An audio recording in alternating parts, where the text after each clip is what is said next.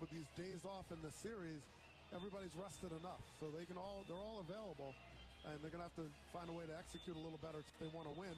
But Tyone set the tone, and they're going to need that kind of, 4 innings, 5 innings, at least set up the bullpen enough that you can get the best high-leverage matchups, especially at home. Game 4, 8:30 Eastern, ESPN Radio. Phoenix forward Satu Sabali diagnosed with a concussion, out of Game 4 WNBA Finals tomorrow night versus Las Vegas.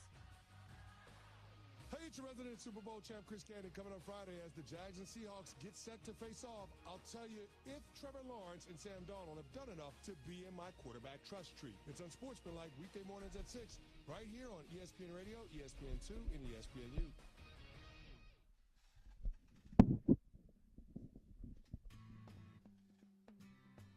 He's got the knowledge. Because once again, I have to come on there and talk about how right I am once again. In anything that it comes to sports. He's got the questions. I'm going to lose it. Are you kidding me? What are we doing here? He's got the guests. 20th head coach in Fresno State history here, Matt. Is it hard to believe sometimes still the 20th head coach here in program history? It's all moved really quickly here over the course of the last 5-6 weeks, but super excited to be here. Phil Benotti is the voice for the Central Valley sports leader. Behind the Bench starts now. Brought to you by Helena Agri. That's right. Behind the Bench here on 1430 ESPN Fresno, the Valley's local sports leader, live on this Thursday. Good to be back after a day off. MLB baseball was all over our airwaves yesterday, so we are here now and bringing you another show for the first time since a couple days ago. Good to be live. Good to be here on 1430 on this Thursday, live from Fashion Furniture. Fashion Furniture, of course, always our hosts here on this Thursday. And I want to let you know they have a big celebration coming up next week. It's their 65th anniversary ribbon cutting that's coming up on October 17th. 65th anniversary, where they're going to be giving away $50,000 worth of free furniture. They'll have a 65-foot-long cake, a ribbon cutting by Mayor Jerry Dyer himself, all kinds of great opportunities for you to enjoy the options that are here at Fashion Furniture. Live music, of course, should be a lot of fun. That is going to be next Friday, 5:30 to 7 p.m., open house kind of style here at El Paso across from River Park. The 65th annual ribbon cutting at Fashion Furniture. Appetizers, live music, like I said, and a raffle for $50,000 worth of free furniture. Couldn't get better than that. Of course, the offerings they have here are fantastic. So big thanks to Fashion Furniture for having us here on this Thursday. We're going till 5 o'clock to Thursday night football between the Eagles and the Giants tonight on 1430. Of course, over on 790, starting in a matter of minutes, MLB postseason, the Dodgers and the Phillies, Game 4, first pitch in about 5 minutes from now. Following them, we will have the opening night for the San Jose Sharks. They're taking on the Vegas Golden Knights tonight. That's a 6:30 pregame, 7 p.m. puck drop for the San Jose Sharks as they embark on a new season with some new renewed hopes and potentially some big things on the horizon with their young core. Big thanks to Tony D for tossing it to us from the previous hour. Tony D Show, Sportsline Bulldog Hour, Tony D from 2 to 3 p.m. on these weekdays. Of course, you can listen to them live and on demand on the ESPN Fresno app and the 1430 ESPNFresno.com website. That's the place to reach him. And we also live stream our show here, Fashion Furniture, live streaming right now on YouTube, Twitch, and Facebook as well. ESPN Fresno is the handle you look for in terms of where you can watch the live stream. So appreciate you for watching today's live stream. Of course, we also have our other great shows, Central Valley Sports Report. Paul Metters live streams that as well. Central Valley Sports Report live on Saturdays from 10 a.m. to noon from First String Sports with Paul Metters talking all things high school. And, he'll touch on some Fresno State. I'm sure he'll have some reactions on Saturday after tomorrow's Fresno State game, plus all the great high school stuff going on. We also have our Lee's Air Hotline, 559-320-1430. The way to reach our show, 559-320-1430. The way to reach our show here on the airwaves. So if you have any thoughts or you want to get in on the conversation, that is the way to reach us there. Checking in on our Lee's Air weather check, sponsored by Lee's Air Plumbing, Heating, and Roofing. Is 78 degrees currently, 79 the high, getting down to 54. Going to be 79 tomorrow. Going to be very beautiful, perfect night for some fall-like football weather, 79 and sunny tomorrow. We will be dipping into some pretty significantly lower temperatures by next week, looking at 62 on Tuesday with 80% chance of thunderstorms.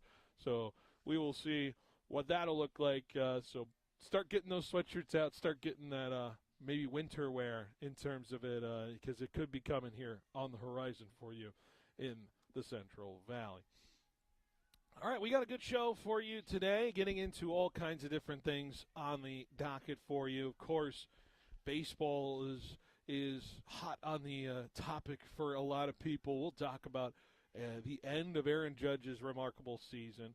We'll get into some high school conversation as well, some big high school games tonight, and start looking at this week and where things are going to go in the final 4 weeks of the regular season. That's right. We just have 4 weeks of regular season high school football left before we dive into playoff football.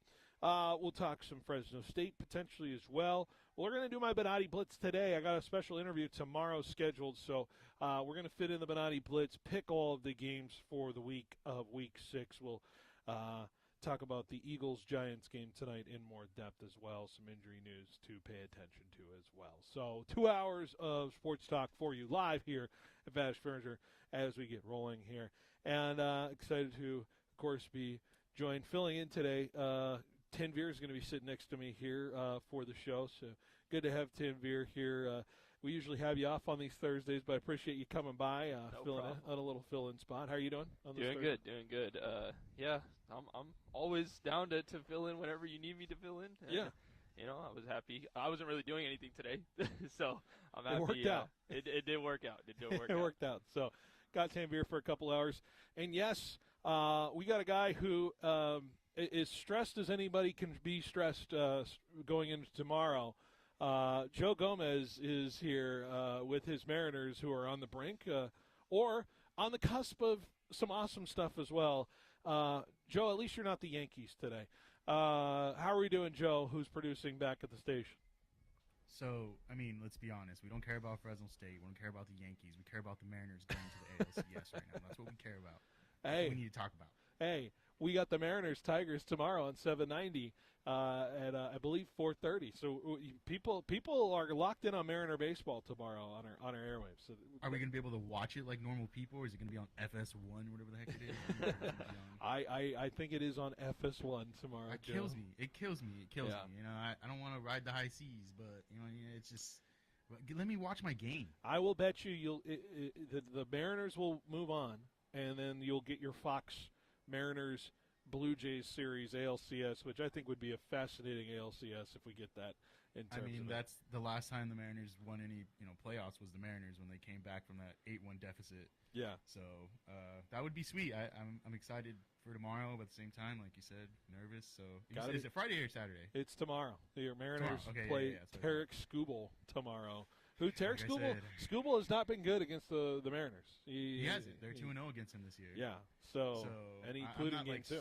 Super nervous. I'm not super nervous, but at the same time, that is their ace. So yeah, we gotta see our guys come through. Julio and Cal. That's all I want. I want to see see them in advance. First time in my life. You'll have T-Mobile buzzing tomorrow. T-Mobile will be buzzing tomorrow. It'll be great, and then it'll be nice. It'll be fun. I'm excited. I mean, it sucked they didn't win it the other day, but if they do it at home, that's extra special. Yeah. Well, let's reset here a little bit, because obviously playoff baseball has been kind of something I've been wanting to touch into, of course, and we'll dive into some of the local topics too. But I just wanted to touch at the top because one of the local guys, Aaron Judge, of course, saw his season come to a close last night. His Yankees falling, I believe, 5-2 to the Toronto Blue Jays last night, and a 4-game set, and of course, it was, some would say, competitive in the last 2 games. It was certainly not in the first 2 games, but Aaron Judge certainly having his moments, having his ability shown in this postseason, but it wasn't enough to get a victory. And so I write a question here at the top of the show, is because we're getting into a territory with Judge, whereas you start to question how many more years of Judge do we get for his career, right? Where we get this caliber of player, where he is doing things only Mantle and I think Jimmy Fox had ever done, which is lead the league in batting average and hit 50-plus homers. I asked the question today with the Yankees falling and the way the Yankees have played in that series, have the Yankees failed Judge so far, or have they failed him already with maybe the lack of ability to be focused in the field and these players making mental errors and not getting the runs across that they need to get into a winning position? Have the Yankees failed Aaron Judge? That's my big question at the top of the show, and I wonder what you guys think of that question in terms of it after another disappointing loss, the second longest postseason World Series drought for the Yankees ever in their franchise history now. Yeah. I hope it goes on forever. What do you think, Tim? I definitely think they did. I think that Judge putting out the performance that he did in these playoffs, I think he was batting above 500, if I'm not mistaken. Mm-hmm. I mean, for him to be the crux of everybody saying that that's why the Yankees lost last year, and for him to come back and actually do what he did in this series and even the last series, I think he was just failed by the rest of his team. They couldn't sustain any rallies. I think the defensive performance was as poor as it was last postseason. You know, prime example, I know Jazz Chisholm just had a ball just go right through his hands at that point. I know it's a tough ball to get for sure, but you know these kind of things is what separates the great from the good. And however great Aaron Judge is, I think it's a whole systematic issue with the New York Yankees at this point, where maybe not culture change, but something needs to happen where they need to buckle down on these scenarios, these issues that have been plaguing them for the last couple of years, because they're certainly not the Yankees of yesteryear. You know, they just don't have that about them anymore. Joe, what do you think? When I pose this question, did the Yankees fail Aaron Judge in the way they've performed, in the way they have set up this team? Is Aaron Judge going to go with a career without a World Series? Is that where we're projecting in terms of it? Because he is, I would say, arguably the best player of his generation. I know people would say Shohei, but I'm going to say it. Do you think the Yankees have failed Judge? I think with Julio Rodriguez around, I say Aaron who? I don't know who that is. But obviously they failed him. I mean, you have amazing seasons. Everything Judge is doing is unbelievable, and for him to do it, you know, year after year, and what they're doing to him with these playoff exits, I mean, Boone, right? I mean, do you think this got to be it for Boone, right? You would think so, but they extended him, didn't they, or something like that? Yeah, we're not turning into Yankees Talk Radio. WFAN New York can certainly do that, plenty. But it's just certainly not the George Steinbrenner Yankees, where George Steinbrenner is firing guys left and right in terms of everything. Because the World Series is the standard. That's the standard. Right. If you fall short of it, you miss the standard. And you know how those fans are, and how rabid they are for that. And it's just surprising to me that he's still around. We are in the second longest World Series drought of Yankees history, tied for the second longest. And like I said, I hope it lasts forever. But of course I do. Yeah, as a Red Sox fan, I'm sure you. Yeah. I mean, me as a Mariner fan who just hates seeing other teams constantly go to the playoffs. I'm just a hater with that. But no, for sure, I think they have failed him, and I'm surprised Boone still has his job, and they got to do. I don't know. There's just, I mean, they've had pieces, you know, all the Garrett Cole and all that, and they just can't get it done. They just can't get any further than what they've gotten. It just doesn't feel like there's a sense of urgency with the Yankees in terms of it. It seems like a sense of just. We are good with what we have. Aaron Judge provides a lot of opportunity for people to be paying attention to our team. A lot of people are interested in our team, but the interest is dwindling in terms of whether you're putting a winning product out there. Frankly, they play, like they play like a AAA, AA team in terms of defense out there. We've known it. We've seen it all throughout this season, the last couple seasons. Everybody knew last year when the Dodgers were playing. The Dodgers scouting report was put the ball in play. Yep. That's all you got to do. Put the ball in play and you'll beat the Yankees. And so do you think it started with Juan Soto leaving? I don't think it started. I think it's a overall cultural failure of the Yankees in terms of where they put their priorities. And if you watch the Blue Jays last night, The Blue Jays aren't trying to swing for the fences, aren't trying to, make these big flashy things happen. They put the ball in play. Vlad can do what he wants in terms of it, and Vlad has every right to say what he wants to say in terms of it. But for a team that is now sitting here, that is, we're not saying Judge is over the hill. I'm saying Judge is now on the back end of his prime. That is absolutely something fair to say, right? Which is hard for me to believe. He's getting up there in his age already. And we're waiting for the cliff to eventually fall for Aaron Judge, and that is something obviously fans here in the Central Valley don't want to hear. But it's the grim reality of it is you only get so many more chances, and we're facing a reality here where we have the greatest baseball player to ever come out of Fresno State, the greatest baseball player to be playing of his generation, not winning a World Series. Could be one of the greatest travesties.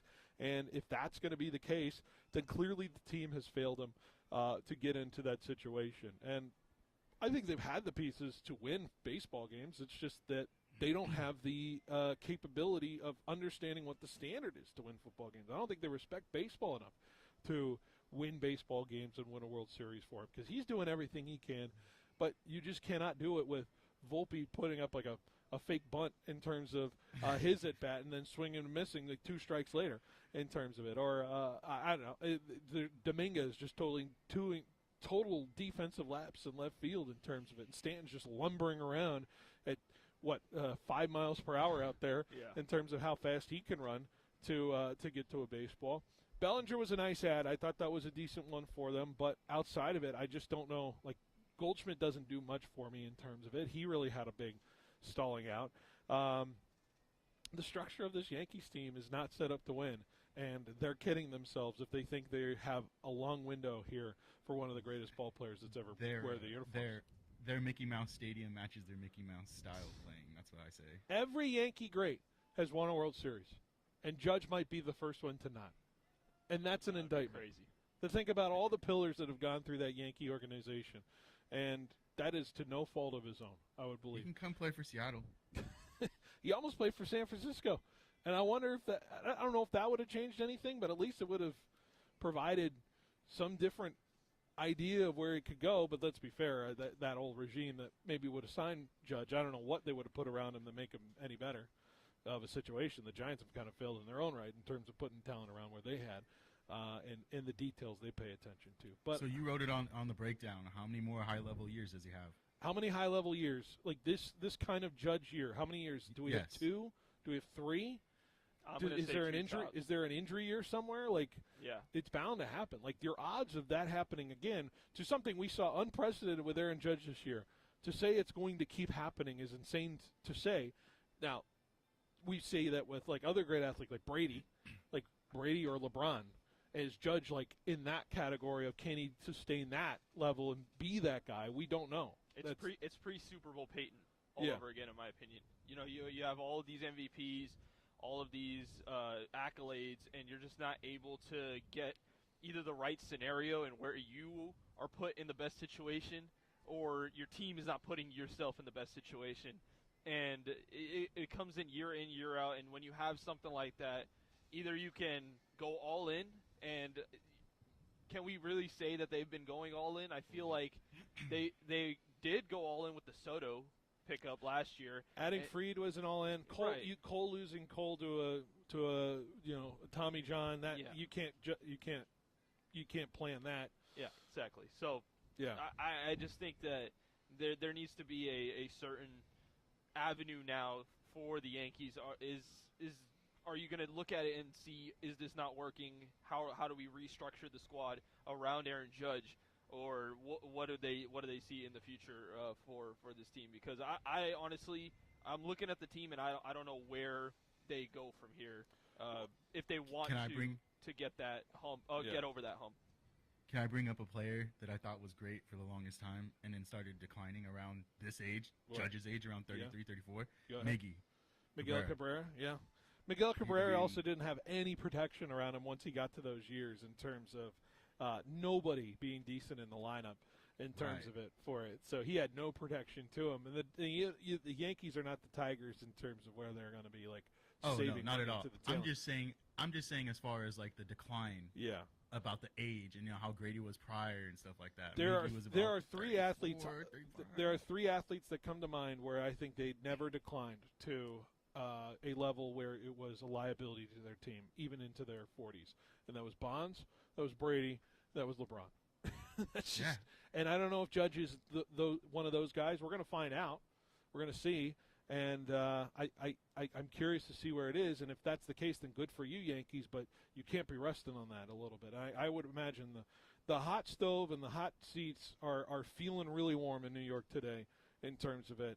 And frankly, I think it's deserved. I think it's absolutely deserved. I wouldn't, if I were a certain subsection of people rooting for that team, I wouldn't want Aaron Boone back. I wouldn't want any of those guys back in terms of the way they attack. You need to get back to George Steinbrenner. Just it's the standard is the standard in terms of it. So, all right, that's our opening topic for tonight. Of course, we got all kinds of things to talk about. We'll get into high school football here next, talking about that.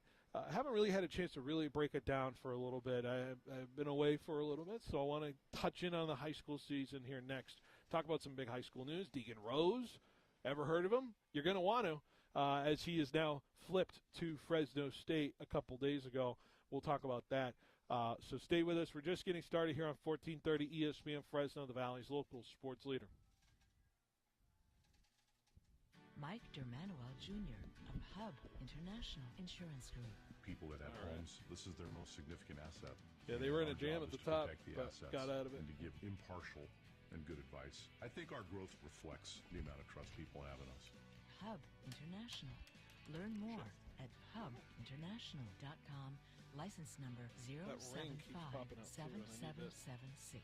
If our clients succeed, we succeed. And I think that's what we work on every day.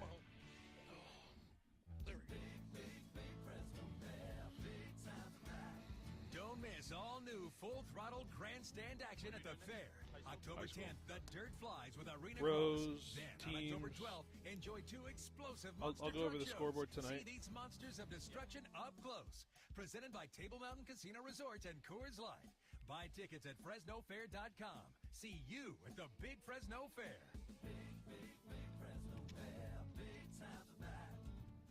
This Friday, Saturday, and Sunday, Hedrick Chevrolet in Clovis is having a weekend sale. Come see Silverado trucks and our family of SUVs. Stop in for your special deal during our weekend sale at Hedrick Chevrolet.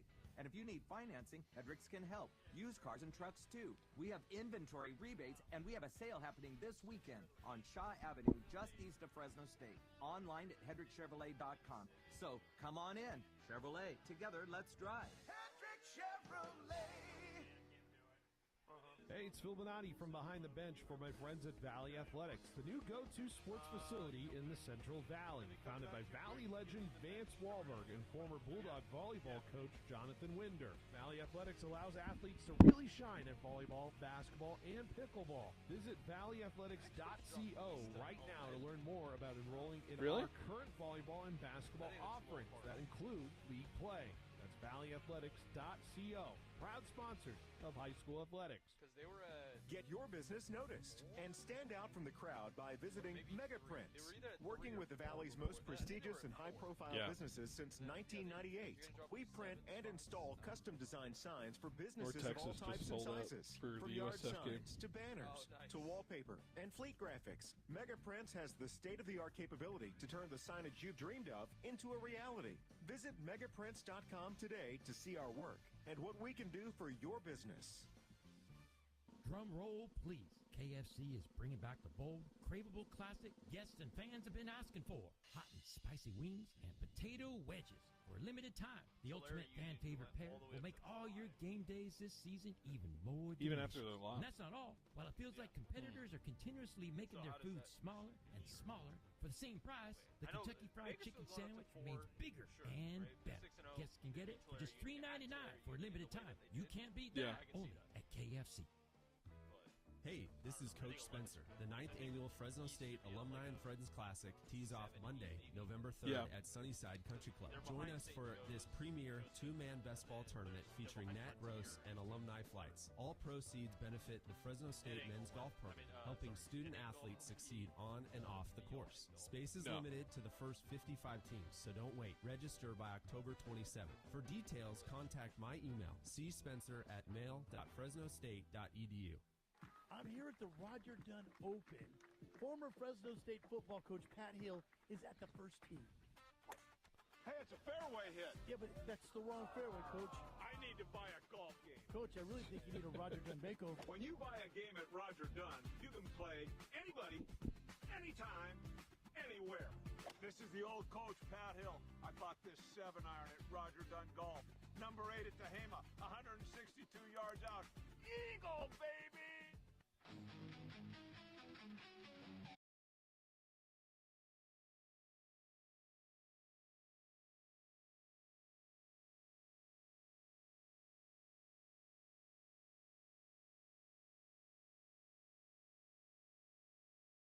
ESPN Fresno, the Valley's local sports leader.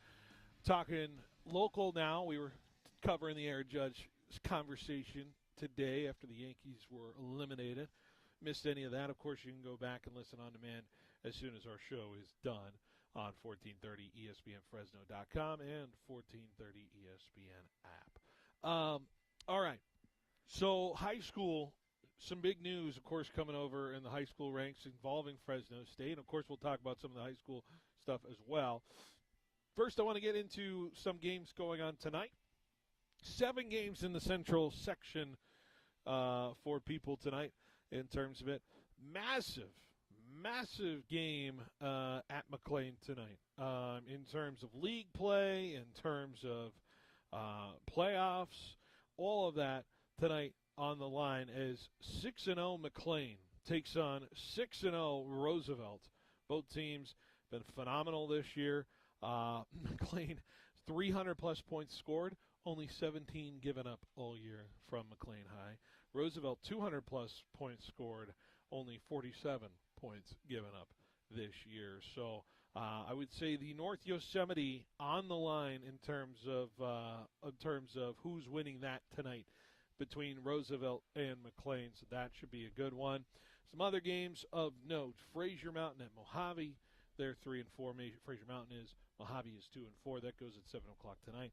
Legacy Christian Academy against Tehilla Christian Academy. Orosi, 5-1, rolling. Takes on Granite Hills tonight. Granite Hills, I believe, is a Visalia school, if I'm not mistaken. Oh, no, excuse me, Porterville School. Both teams 5-1. Look to win in some league play as well in that East Sequoia. I do believe both teams are 3-0 in that East Sequoia Football League. Both teams tied at 3-0 with Woodlake as well. Woodlake, the only lone totally undefeated team left in that league. So winner of this one certainly will look to keep pace with Woodlake for a league title. Dinuba, 3-3. They've been dangerous all year. They've been beating some good teams. Tulare Western, 5-1 tonight. Tulare Western hosting Dinuba. Should be a good one out at Tulare Western in that West Yosemite. Just checking the league standings right now. Western is 1-0, and they take on Dinuba, who is 0-1. Dinuba 3-3 on the year overall, getting that one tonight. South is at East Bakersfield tonight, 1-5 versus 0-6, and then it's North at Tehachapi.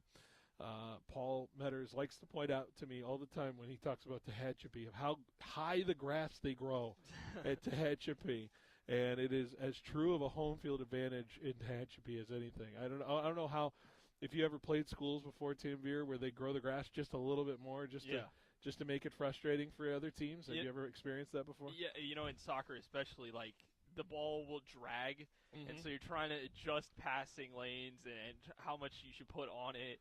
And I can, see that for football as well, right? Like, you're trying to run, you're trying to be able to cut, and it's just a little bit harder. It's like quicksand, basically, to you. But, hey, it's an advantage to Tehachapi for sure, and that's why they do it. Certainly. So Tehachapi back at it tonight as they take on north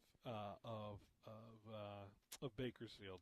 Some other notables tomorrow, just real quick.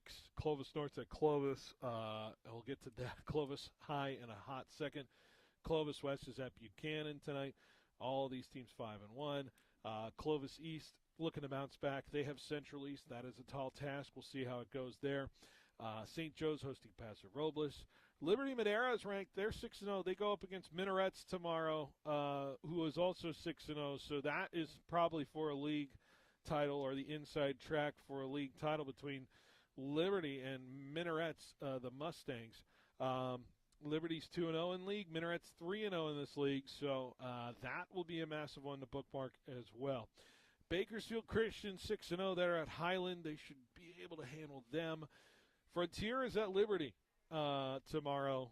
2-4 Frontier, 1-5 Liberty. Liberty's running out of chances to win football games, and they desperately need one at home against their rivals, Frontier. So I wonder what desperation Liberty will have, because if they miss the playoffs, that is shocking. That's going to be shocking. If Liberty High out of Bakersfield misses the playoffs, people are not going to be used to that.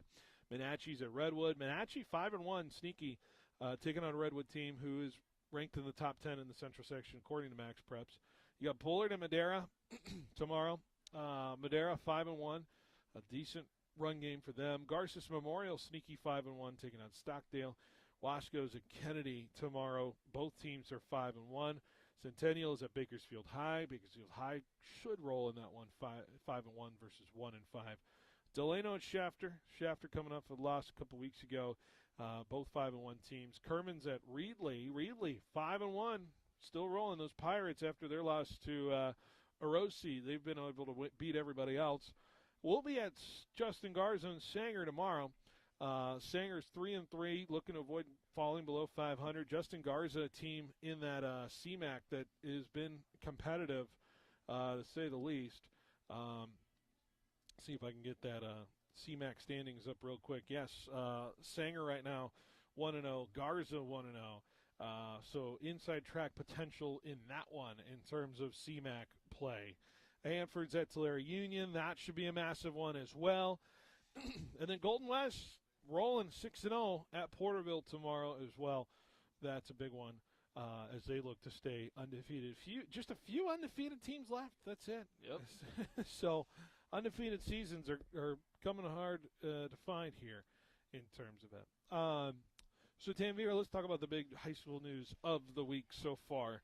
And that has been the decommitment of Deegan Rose to Oregon State, and now the commitment to Fresno State. Same day, Fresno State able to flip Deegan Rose, quarterback. I was listening to Jackson a little bit before coming in.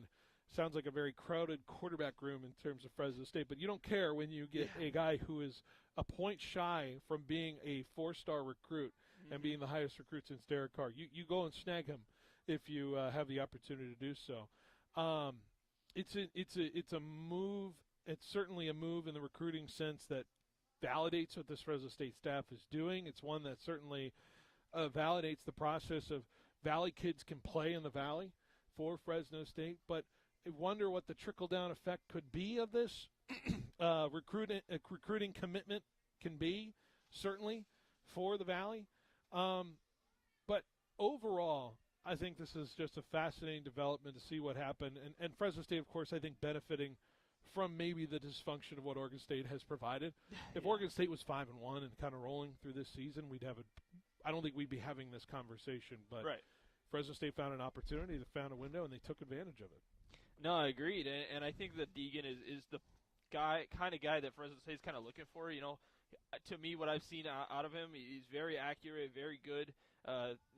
Just being able to distribute the ball to this multitude of receivers. It's not like, you hyper target and you can see we can see the receiver is doing a lot of the work. No, this guy is going out there and slinging the ball around to multiple different guys. I love what I've seen out of him, just looking over some of his season stats, because I am going to the game against Clovis North, so just, researching some stuff.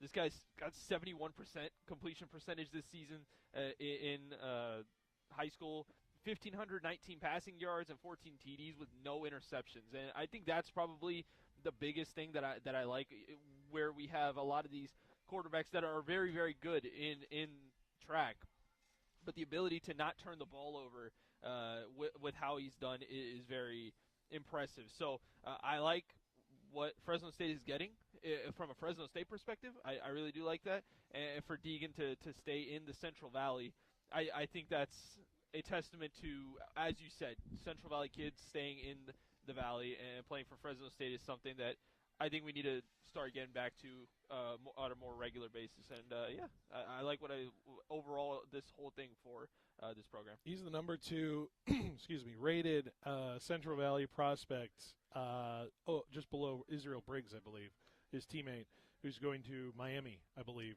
at a linebacker position. So, and he is the highest level recruit since Derek Carr to come to Fresno State in terms of it as well. For good reason. I would encourage anybody who has nothing to do on a Friday night to go watch Clovis football now. I think I would imagine there may be a little bump for the Fresno State fans to go check it out in terms of it. But I think what this is about what Coach Entz has been setting out to find in his coaching tenure here, certainly to entrench themselves in the Valley, certainly to say they are here for the long haul in terms of it, and you never know when opportunities present themselves for other coaches when things are going well, but 5-1 is 5-1. It certainly tells a lot about the message that Coach Entz is providing for a guy who's come into the Valley, who has no Valley ties, no ties of talking to Deegan Rose before. I believe he's been committed since like before I even got here.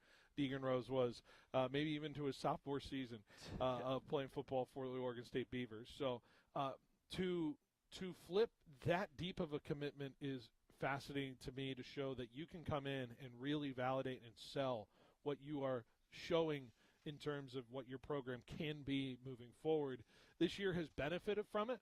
And frankly, I think of a quarterback like Deegan who can stand tall in the pocket like that, and you imagine him inserted into the Fresno State offense that we currently see. And I'm saying EJ's not doing the job, but I'm saying that he's a little bit taller than EJ, and he's a little bit stronger than EJ, and wondering what the arm strength can look like, in terms of it. No knock on EJ. EJ's just EJ's EJ. EJ's EJ, and Deegan's Deegan. Yeah, exactly. And do you sit there and kind of think about, like, wow, the possibilities there in terms of that, and what I'm seeing and what we're seeing in like a Josh Davis offense so far with a solid running game, and not just solid, great running game, and what that can present. Do you think about that sometimes when it comes to what Deegan can insert into? No, for sure. Like, just when we first asked this question, I really did think about it from the perspective of, like, what would he look in this offense?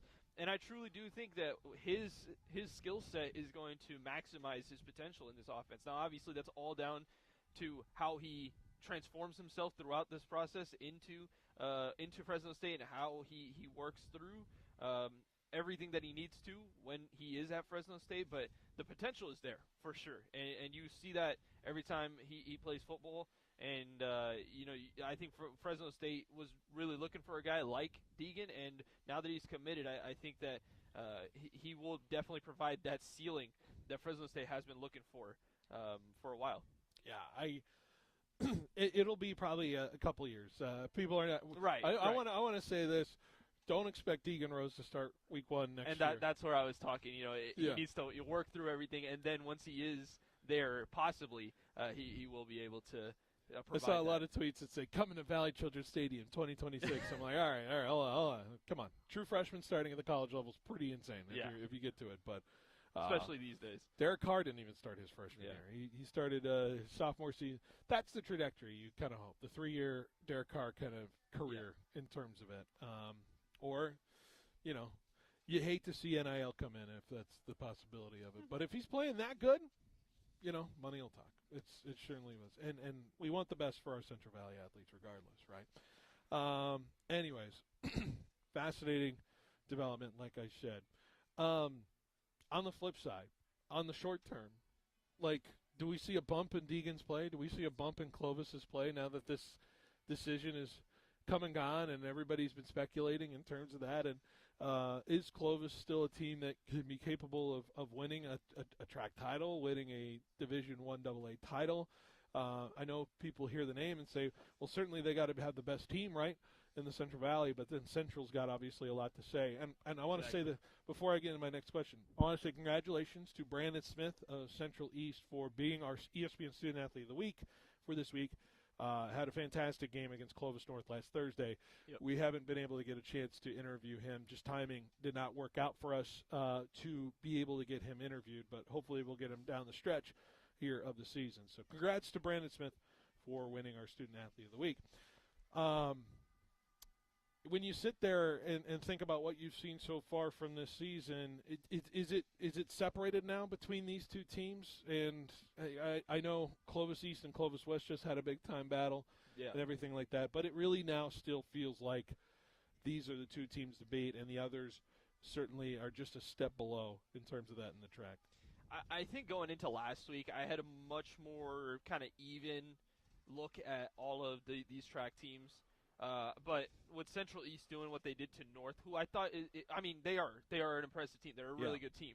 And for Central East to still do what they did, obviously, rain comes into play, but they're able to take care of business against North. And that really, to me, is where they've kind of separated themselves, in my opinion, with that trio that they have in the quarterback, running back. Well, they actually have two really good wide receivers as well. So I think Central has kind of been, if I had to just say it, I think Central is the best team so far, but Clovis High right behind them. I really like Clovis High's defensive line. I really think Clovis High's offense is multiple. They can attack you in many different ways. They got two good tight ends. They got a good running game. And I think that those two teams for sure are my two front runners to kind of win at the end of this season. But North still, to me, is a really good team, and I think watching out for them is crucial. So I wonder if they just didn't match up well against Central East. No, for sure. And sometimes people just forget that matchups matter in football a lot, and how you just go up against a team. We saw it the last couple of weeks with Fresno State when they go up against Hawaii and Nevada. Two very strong defensive lines against our offensive line that is currently down two starters. You know, it's just sometimes that can just keep things closer than you would like to feel comfortable with. Yeah, or exactly. Some teams exploit it. And it feels like Central is just a vastly athletic team that can really just stretch you out in terms of it. And I didn't know if Clovis North had like the speed to match in terms of it. And certainly they got disrupted in that game on Thursday. So, but I wonder if in a more traditional sense with Clovis, who does have athletes, like we saw Carlos Young just moss people literally on ESPN last week in terms of it. But I wonder if, in a more traditional sense, Clovis North looks itself in the mirror and sees Clovis play, and they're kind of like, we can do what they do a little bit. We just hope that we can, obviously not get destroyed by that defensive line that Clovis has in terms of it. But I wonder if that's going to be a closer game for North this Friday. Yeah. No, and I definitely think that this will be a closer game. I think both of these teams match up really well against each other. It's a lot of strength against strength. And coming out of this game, I think I'll have a more clear view on who I really see has kind of separated themselves out of these three teams. But I definitely think that North's running game needs to be a sense of urgency in this game, as it has been in weeks past. And if they are able to get that going against this really good defensive line, then I definitely see them having a shot to win this game. But Clovis D-line, again, as I stated before, they can disrupt people. And if they're stopping you regularly, I think it's really hard to stop Deegan Rose on a consistent basis on the other end of the offense. You were there last week with Clovis East and Clovis West. Yeah. Right? What makes Clovis East defense so stout? Like Clovis East and the Timberwolves, even though they did give up the points at the end. Yeah. But I hear so much about it. Is it just a talent thing? Is it just athleticism? Is it a scheme thing? Like what stands out from the Clovis I think East? it's a little bit of mix. Obviously it's a little bit of mix of everything, but I really like they have an athletic front seven. I think that these guys are running sideline to sideline very well. And when you are able to contain any athletic quarterback to inside the pocket, especially here in the high school level, and you're forcing them to test your secondary, I think anytime that can happen, that can win. I think they had 5 sacks last week. Yeah. And yes, they did let those 4 touchdowns through, but that's also a we have to start scoring some points. Let's start airing it out. Let's start testing the secondary. And that's kind of what I saw happen at the end of that game, along with the offense not being able to supplement in that second half. But this Clovis East front seven is really athletic. They're able to get to the quarterback. It's not like they're just pressuring and they're just not getting there. But yeah, I really do like this Clovis East front seven. I wonder, and you mentioned, sorry to interrupt, but I wonder with what Central East presents, I wonder if this is Central's toughest matchup in terms of the defense versus the offense. I know the athletic wide receivers matching up in the secondary, they got to win there in terms of it, but it's like if they can't get Brandon Smith rolling a little bit because the front seven you say is so strong, maybe that could cause Central to get off schedule in terms of their offense just a little bit, and maybe that opens just things up a little bit for Clovis East. I'm fascinated by that game on Friday. Yeah, I definitely am too, and I think I'm also fascinated from the aspect that this was last year's track champion or CIF Central Section championship, and how both teams are going to respond to that in their first game playing against each other since that. I think that Central East, I think the passing game is the test that Clovis East has to kind of counter with. Like, yes, they are able to have an athletic front seven, but if their secondary is playing up to snuff against this really good receiving core, I think you can really see some type of tough matchup in this game. But if Clovis East can't really stop that passing game, I think it's going to be a tough outing for him. I can't wait. Yeah, I can't wait either. Tomorrow's going to be great to watch some of these games, certainly, but we'll be looking forward to it. All right, let's take a break. We're overdue for one. We'll wrap up this hour next. So stay with us. We'll continue on with the show here next on 1430 ESPN Fresno, the Valley's local sports leader. Your Fresno State Bulldogs are fighting for that Mountain West championship. There's nothing better than rooting for your Bulldogs as they battle it out on the gridiron. Representing your city of Fresno, bring the whole family and get loud cheering on your Bulldogs at Valley Children's Stadium all season long. Be sure to check out GoBulldogs.com today for information on special events and to grab your tickets for upcoming home games. Go Dogs! For over 60 years, we at DeBudo and Defendus Insurance, a multi-generational and family-owned company, have proudly provided high-quality risk management and insurance solutions to local businesses. Thanks to the incredible work and personal touch our insurance professionals provide our clients, DeBudo and Defendus has been named Central Valley's best property and casualty insurance company for 9 years running. Visit DIBU.com and get the business insurance you need today. License number 0E02096. Want to work somewhere fun, flexible, and rewarding? Me and Ed's is hiring. We're looking to expand our team with full and part-time positions at over 40 locations. Join our growing company as a delivery driver or valued team member today. For more information on job descriptions or to apply, go online at meandeds.com or visit your nearest location. Me and Ed's is hiring. Fill out an application. It's football season, and your headquarters for game day gear is at the Sports Station. Check out their new location next to Women's Macy's inside Fashion Fair Mall. From official NFL jerseys, hats, and accessories for the 49ers, Cowboys, Raiders, and Rams to Fresno State apparel that shows your hometown pride, the Sports Station has it all. Whether you're cheering on the pros or repping the Dogs, get the licensed merchandise you need to look game ready. Gear up now at the Sports Station next to Women's Macy's inside Fashion Fair Mall. When you think of California business machines, it wouldn't surprise me if you automatically thought 3-cent color copies. It's something CBM has become locally famous for. But now there's something else business owners are calling about: business phone systems. It's a beautiful thing. Copiers, printers, office phone systems, all with one simple call to California Business Machines. 559-225-5570 or online at cbmsolution.com. Ever wonder where those large box stores get their green and orange racks? How about equipment or auto parts store shelving? Well, you guessed it. Fresno Rack made it right here in California. Hey, Joe, how much time we got left? Fresno Rack and Shelving has been helping school districts, businesses, cities, and counties. We got a minute left here. Sounds good. Okay. With industrial racking and parts shelving that last a lifetime. Call, visit, or click FresnoRack.com today. At FFB, we know behind every business is a person. That's why we're more than a bank. We're a partner, a farming-focused bank for hard workers, a future-forward bank for big dreamers, and a family-friendly bank for the next generation of owners. From first ideas to major milestones, we're here to help you chase your goals and score big. So what can FFB mean for your business? Find out at ffb.bank. That's ffb.bank. FFB Bank. Let's win together. Bulldog fans, Marcus McMarron here. On the field, success comes from having the right team.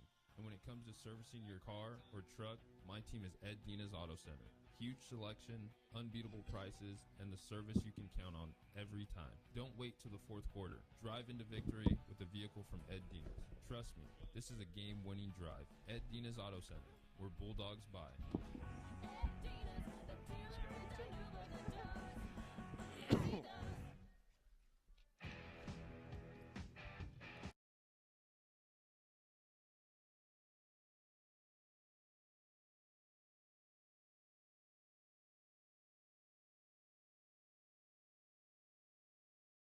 Back to Behind the Bench here on 1430 ESPN Fresno, Valley's local sports leader.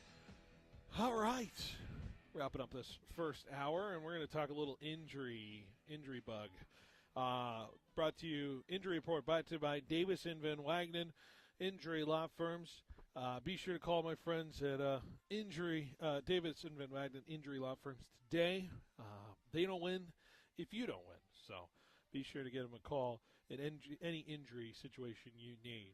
All right, injury report, taking a look at some of the injury news that's been around the NFL. We just had a breaking injury news for tonight's game. Jalen Carter, who was added to the injury report Wednesday due to a heel injury, is inactive for tonight's game against the Giants. To make you pause a little bit about tonight's game in terms of the Giants' chances with Jalen Carter out a little bit, Tanvir? I think when we saw Jalen Carter not be inserted into the lineup in that Week 1 matchup against the Cowboys, we really saw it did affect their run-stopping ability. And when you have a running back like Cam Scatterbo on New York side of things that can out-physical you, especially between the tackles, I think it could present something. Now, obviously, I think Dallas's offense is better than New York's offense. And so with the lack of wide receivers as well on the New York side of things, I think it could be a little iffy, but I'm gonna say that this is not necessarily going to affect them like it did in the Cowboys game, but it should be something to look out for. Well, not just the running back position, but Jackson Dart likes to run up the middle a little bit too, and you could see those gaps wide open just a little bit more in terms of it. So Xavier Worthy did not practice today for the Chiefs. Also Terry McLaurin not practicing, but back to Xavier Worthy, who seemed to be shaken up at some point in the Monday night game a little bit. Yeah. I hate to call it like an injury bug season for Xavier Worthy, but it might be one of those situations where the Chiefs, who I think will feel inclined to maybe just have Xavier Worthy get right, because Rashee Rice is coming back not this week but the next, and they have the bye somewhere in there as well. I wonder if it is time for the Chiefs to kind of shut him down for a little bit and get him totally 100% just based off of what his nagging injuries have been. So. But do you feel like the Chiefs have been a little desperate playing Xavier Worthy the way they have this season? I think the way that their season is going, it's clearly been like that, right? You have a team that's been consistently winning, and now they're sitting at 2-3, staring 2-4 in the face. 2-4 because they're playing Detroit this week, and I think that's clearly the reason why they have been playing him. It is a little bit unfortunate how he got injured again this week. I don't know where their bye week lands, but if it's week 9, I think. Okay. So I think Rashee Rice can definitely supplement them in the time being. I think it all depends on where they are and what they're looking at schedule-wise, because I know Detroit's a tough game. I think they do have another tough game right after this. They got Washington coming up on the docket. Yeah, so I think they have Buffalo before the bye as well. So there's a tough stretch. I think that maybe resting him this one game and then coming right back out the next game after that might be the move. For the Chiefs. Finally, Brock Purdy not practicing again today with his turf toe. Sounds like Mac Jones on track to start. Although Mac added another injury. I think he had some sort of oblique thing going on top of his knee thing going on. So we'll see what that all stands in terms of do we think Mac survives this Tampa game, or survives is a tough word to say for for this. I think it's the proper move to rest Brock Purdy. Yeah. I think that winning that game even gives you even more credence to bench him because you're still 3 games above 500 and you're sitting at either 4 games above with a win or 2 games above with a loss. So I think this is the right move. I think Mac will be fine. Well, there is the injury report. Just checking on some of the league injuries from around the league there. Injury report by Davis and Van Wagenen, injury law for you there as well. All right, we're going to end the hour here. We got another hour to go, and we got plenty to talk about, some Fresno State talk. What's going on in the Dodger game? That's over on 790 right now. We'll give you an up-to-the-minute date update on that one from L.A., Benotti Blitz is coming up next as well, so plenty in this second hour next on 1430 ESPN Fresno, the Valley's local sports leader. Hey, it's Phil Benotti from Behind the Bench. In sports, when you take a hard hit, you count on your team. In Nothing. After an accident, your team is Davis and Van Wagenen, attorneys at law. Right here in Fresno, they've helped Valley families win the compensation they deserve. I think Bryce needs to be better in this unless playoffs. they win. Visit DavisVanWagenenLaw.com. That's DavisVanWagenenLaw.com.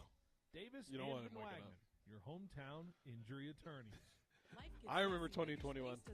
That was awesome. Rise and Shine janitorial and commercial cleaning services, where we clean because your time is important.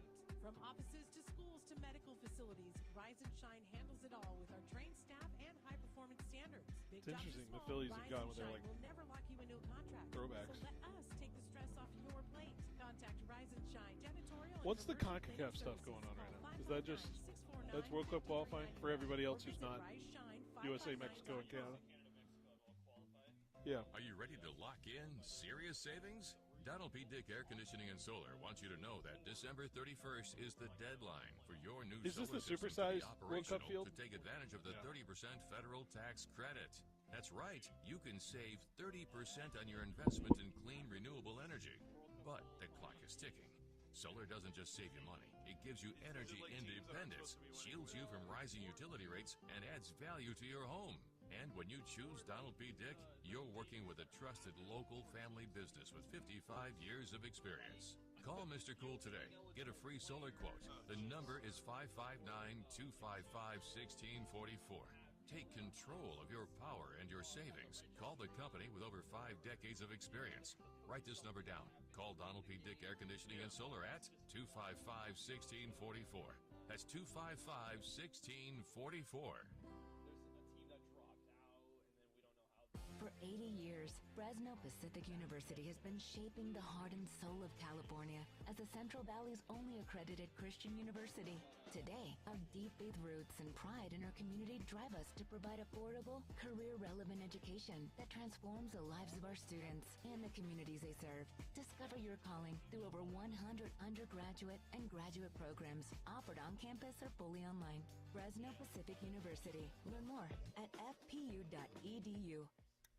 Are you tired of waiting forever for your prescriptions? Grizzly Pharmacy is here to tame your healthcare needs. We fill most prescriptions in 15 minutes or less, always accepting new patients, and enjoy free delivery to your home or workplace in Fresno and Clovis. We accept all major insurance, including Medi-Cal, Blue Cross, and Optum RX. For our Fresno location, please call 559-424-0423 or visit grizzlypharmacy.com for more information.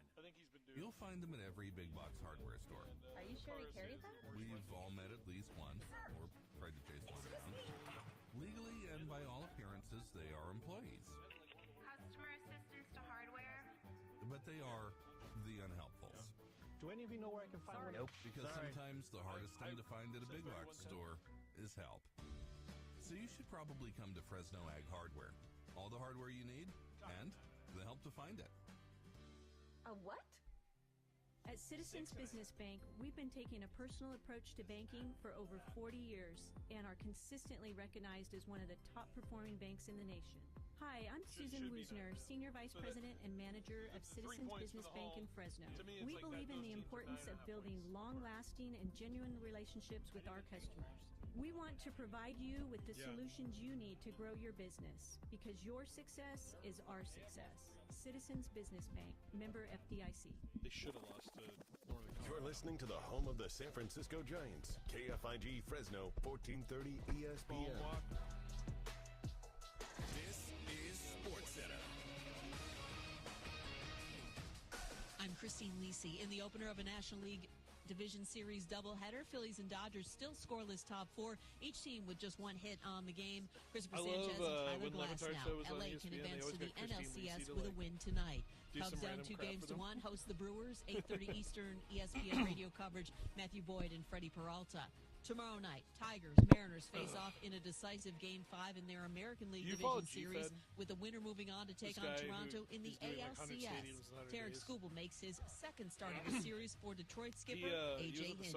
Sitting in my chair, one of the easiest things to do and one of the most exciting things to do is hand the ball to the best pitcher in baseball. He's so prepared for this moment. He had a whirlwind of a day trusted yesterday in our clubhouse to bring intensity, to bring high-end pitching and bring he arrives in El Paso, we win together, and he decides to walk to Mexico to get Froyo. You know, he's a big presence going into Game 5. Seattle counters with George Kirby in Game 5 ALDS tomorrow, 7:30 Eastern, ESPN Radio. NBA from ESPN's Sean Sharania. Lakers star LeBron James out at least 3 to 4 weeks due to sciatica on his right side. NFL Eagles defensive tackle Jalen Carter inactive tonight against the Giants. Ravens quarterback Lamar Jackson missed his 5th consecutive practice today with a hamstring injury. If Jackson is out a second straight game Sunday, Cooper Rush starts against the Rams in his place. He's been going around the country Brock all year. Purdy toe injury didn't practice today, suggesting Mac Jones is in line to start in his place against the Bucs. Oklahoma QB John Mateer in a line to attempt to play Saturday against Texas. Hey, this is Rich Eisen. Coming up Friday, NFL insider Tom Pelissero guest hosts with a Week 6 preview, and then the Friday staple I'll zoom in for from London. What's more likely? That's Friday on the Rich Eisen Show on Disney+, the ESPN app, and ESPN Radio.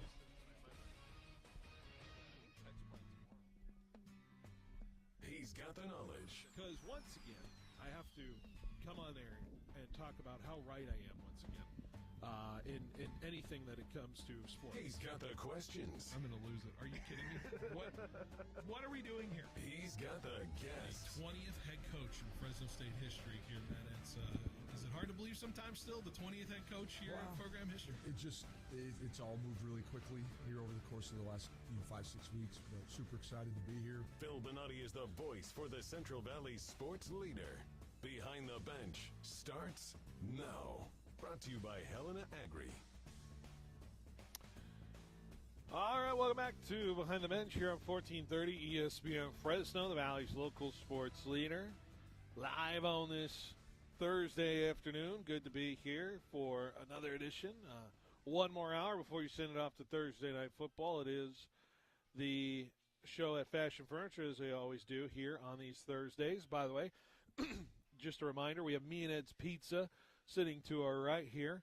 Our stage right, is that what it is? I don't know exactly how to describe it. With the people who are watching on the live stream. So to my right, to the people's left who are watching the live stream. Stage left, I think that's what you call it. Yep. But pizza's here, courtesy of Me and Ed's. Thank you to Me and Ed's. A reminder, it's the 65th anniversary celebration of Fashion Furniture, which continues here. It's going to be a big day, Friday, October 17th at 5 p.m. Mark your calendars, people. Friday, October 17th at 5 p.m. We've got Mayor Jerry Dyer, who's going to be cutting a ribbon. The Fresno Chamber of Commerce will be serving appetizers, and the Fresno State Pep Band will entertain the crowd during the $50,000 free furniture raffle. That's right. You have a chance to win $50,000 worth of free furniture. Denver, what could you do with $50,000? Oh, for free furniture. What are you upgrading in your spot with some fashion furniture items? Maybe a sofa for sure. Yeah. Maybe some kitchen tables. We're gonna go sit at a sofa after this, and you're gonna see. Am I gonna freak out? Yeah, you're gonna freak out later in this show. We're gonna do the Benotti Blitz from there. By the way. Beautiful. So, Ryder, they're gonna all sign the Fresno State fight song as well, and you sing the fight song as well. You're invited to enter. There's no cost besides, and they're gonna need help eating. How about a 65-foot anniversary cake as well? 65 feet of cake is gonna be here Friday, October 17th at 5 p.m. here at Fashion Furniture. Nothing like it in all of California. Update on the Dodgers game. I think no score going to the bottom of the fourth right now. Tanvir, any notable updates? You've been paying attention to some of the game. Seemed like the Dodgers were in a situation where they could have driven in a run, but didn't capitalize in the bottom of the third. Yeah, so Ohtani got a single, and he was able to get runners on the corners at first and third. Betts had a good swing at it. Looked like it was about to go through the first baseman's glove, but first baseman got it. They get to switch the play. So Phillies, I think, are at bat at this point, while the game is 0-0. Dodgers. Dodgers are at bat. We're in Teoscar's. By the way, Christopher Sanchez, just 31 pitches through 3 innings right now. He's cooking. Dodgers, him and Glasnow are currently playing really well, working really well. Yep. For both these teams, which would, I think, personally as a baseball fan, I would like to see both of these teams go at it Game 5 with a full-fledged bullpen potentially available after a day's rest. So as a baseball fan, I think I'd root Phillies here just to see what it would look like with Ohtani versus, I believe, Jesus Luzardo in terms of it as well. So we'll see. We'll see. It all will play out as we go. All right, I want to just touch on Fresno State real quick. And, of course, we touched on the Monday performance review of them against Nevada. We don't need to touch on it too much. They go up against Colorado State. Our week's a little expedited because the game is going to be on Friday, not Saturday. So our usual previewing is going to be a little bit abbreviated in terms of it. But I find it fascinating that this Bulldogs team, who was barely getting to bowl eligibility, the idea, by the way, that the Bulldogs can be bowl eligible again for a second year in a row by beating Colorado State is fascinating to me if you think about that kind of scheduling quirk in terms of it. Almost feels ordained.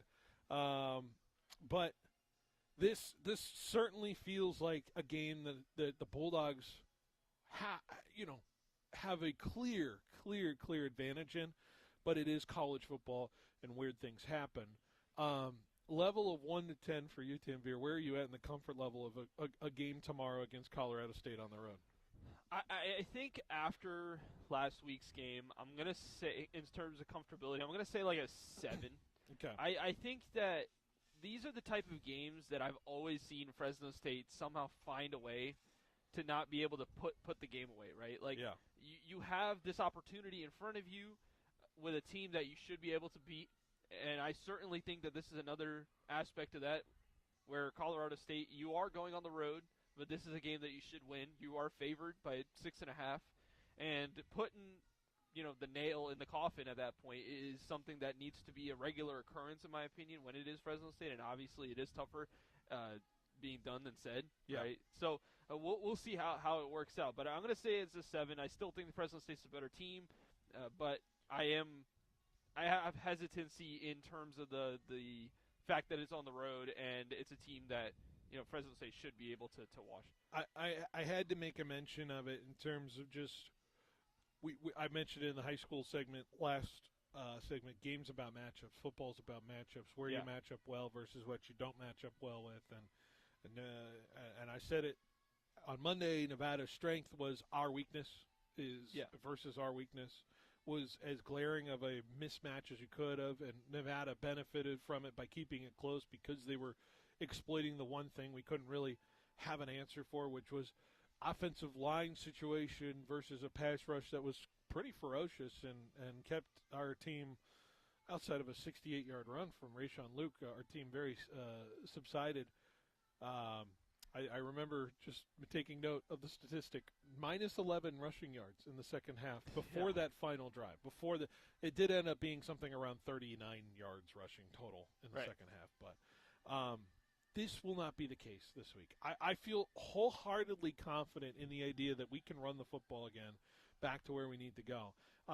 It sounded like Braden Walton Coach mentioned it in his presser this Monday. It sounded like Braden Walton could have gone in an emergency situation for the Bulldogs in the line, but he decided to suit him up just in an emergency situation, but to not play him, give him 72 hours more rest. It sounded like that's what he needed in terms of rest, and now we are beyond the 72-hour threshold of last Saturday, and the Bulldogs are back a starter on the offensive line, which I think is absolutely something that's going to change the outlook of what this offense has been able to do.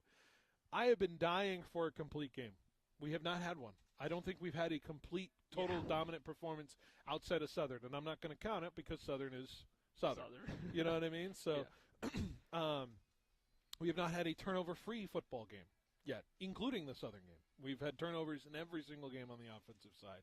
Bold predictions or not, I don't know if you can count them. I don't think we turn the ball over, and I think we do put together 4 complete quarters of offensive football on our team, because I do believe that the Bulldogs can run the football, go 7-8 minutes per drive, and really just put the foot down in terms of a way this game can go. But it's a Friday, and it's a road game, and it's a game in a situation that's a little bit unusual in terms of the spot it is in. But I don't know if that necessarily means that things are going to get weird. Running the football should be as rudimentary of a thing you can do. You could pick it up on a Wednesday and play a game and run the football effectively. It's not like complex passing schemes where you have to make sure things are happening and guys are in the perfect spot and the quarterback's making sure to get to a certain spot. Running the football should be as rudimentary as anything. And I think the Bulldogs are going to run the football like 40 times on Friday tomorrow. So that's how I feel. I'm weirdly confident. I don't know if I feel like I should say I'm weirdly confident. I'm very confident in this football game tomorrow, and that's how I see it. And I hate to have high expectations sometimes, because I'm the guy who likes to temper them, but I don't see how it could go any other way on the game on Friday. Yeah, agreed, and that's always where you get into that situation where maybe you're saying a bit much, but I think you're saying correct things at this point. 300 yards rushing against San Diego State last week. Did San Diego State put up? Yeah, and I think that this Fresno State running game is going to be humming.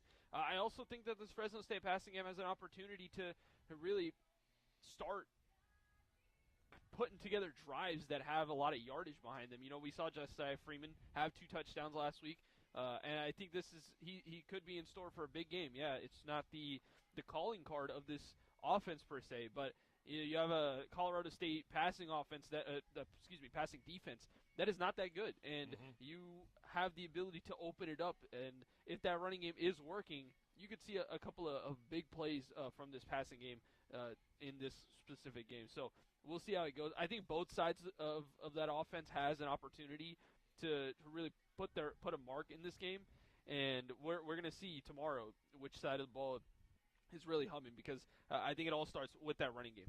Do we not turn the ball over tomorrow? I think they don't. Is this finally the game? I think they don't. I think this is finally the game that they don't find. I think we're going to see a clean game from this Fresno State offense, because I think it's just not in – I think that this offense will be able to put together drives on end. Well, I also don't think Colorado State is very good at turning people over, right, as well. No. I think they're one of the worst teams at it. On the other side, it's going to be a conservative team on offense. They are going to not risk a lot in terms of it. I said this last year in terms of their offense, and I know what Coach Norvell is all about in terms of the way they play, and they did not risk things down the field with Braden Fowler Nicolosi last year, and that got him in trouble and allowed Fresno State to really take a big 28-7 lead. And once you take a lead on Colorado State, I think it's donezo. I think it's over in terms of it. I don't see them coming back in any certain deficit. So Bulldogs just got to jump out to a 14-point lead. They got to jump out to a double-digit lead, and it feels like it could be theirs. They're not going to win. Colorado State's not going to win the football game by having Jackson Broso throw the football around. I'm reading a stat here. He's only 1 of 10 on deep shots with Broso as well. So they're not going to go deep in terms of it as far as explosive plays. So you can feel confident that they're not going to take those chances, and then you can really gamble as a defense in terms of where you can dial up pressures, where you can dial up gap coverage. I think Jaden Pearson's going to have another monster game in this one in terms of it, like he's had over the last few games. He was my player of the game last week for Fresno State against Nevada. A guy that we thought would have a massive game last week. So, you know, him playing up to the level that he's been playing this year, I think it's been very impressive. Yeah. I love me some. Is it Ryan Wilson? I love he He destroyed 2 receivers last week, by the way. I don't know if you saw those 2 plays. He absolutely destroyed 2 guys over the middle. Nobody's going to want to run in Ryan Wilson's territory in terms of it as a safety position. The Bulldogs, 4 more turnovers last week, all in the first half, by the way, in 2 quarters of play. People are like, well, I didn't really do much in the second. I'm like, you're not supposed to ask for more turnovers after 4. I'm sure the defense certainly would want to do that, but I like I said, both sides of the ball, we match up so good against this Colorado State team. I just don't see a reason why this shouldn't go any certain way. That gets us in trouble, I know. And if we're sitting here and it's like a 26-19 win, it was like a gutted out, like had to have it performance, I don't know. I don't know what I'd say about that. But thank God we'd be bowl eligible with that win. But, yeah, just both sides of the ball should absolutely be flying tomorrow. I think one area that Colorado State can have some success in is in the running game. I think I've seen a lot of good out of Jalen Dupree, their running back, 69 carries for 370 yards. But saying that, Fresno State's run defense has been pretty good this year. So yes. I think that'll be the hinge point. If Colorado State is to have some sort of advantage, it's through that. I just think that the Fresno State rush defense has been good, and in this instance, their positive is going against our positive as well. So we'll see how that turns out for them.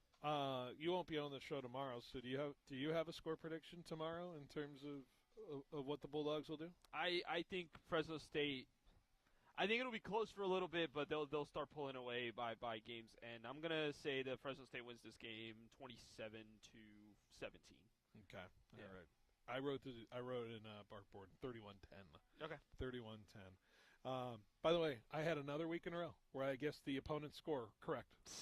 I said 30. Tony's gonna come to you once again. I said 38-17 when we beat Nevada. Yeah. Or no, 34-17. I was a little irritated, by the way, last week because Fresno State, I know they were certainly they can certainly take their time on their offensive side. I wanted a big bang play in terms of it and give me a couple touchdowns, but it was not to be in terms of it. All right, cool. Well, let's take another break. We're going to relocate here, and we're going to attempt to do so with all of what's going on. We got a couch to go sit on next in this segment. We're going to be doing the Benotti Blitz when we're picking all 15 games of Week 6 here coming up next. So let's take a break, and when we come back, you're going to want to tune into the live stream. It's going to be funny to look at. So stay with us. Behind the Bench rolls along here on 1430 ESPN Fresno, the Valley's local sports leader. Time to get back to business and back to looking sharp. The holidays will be here before you.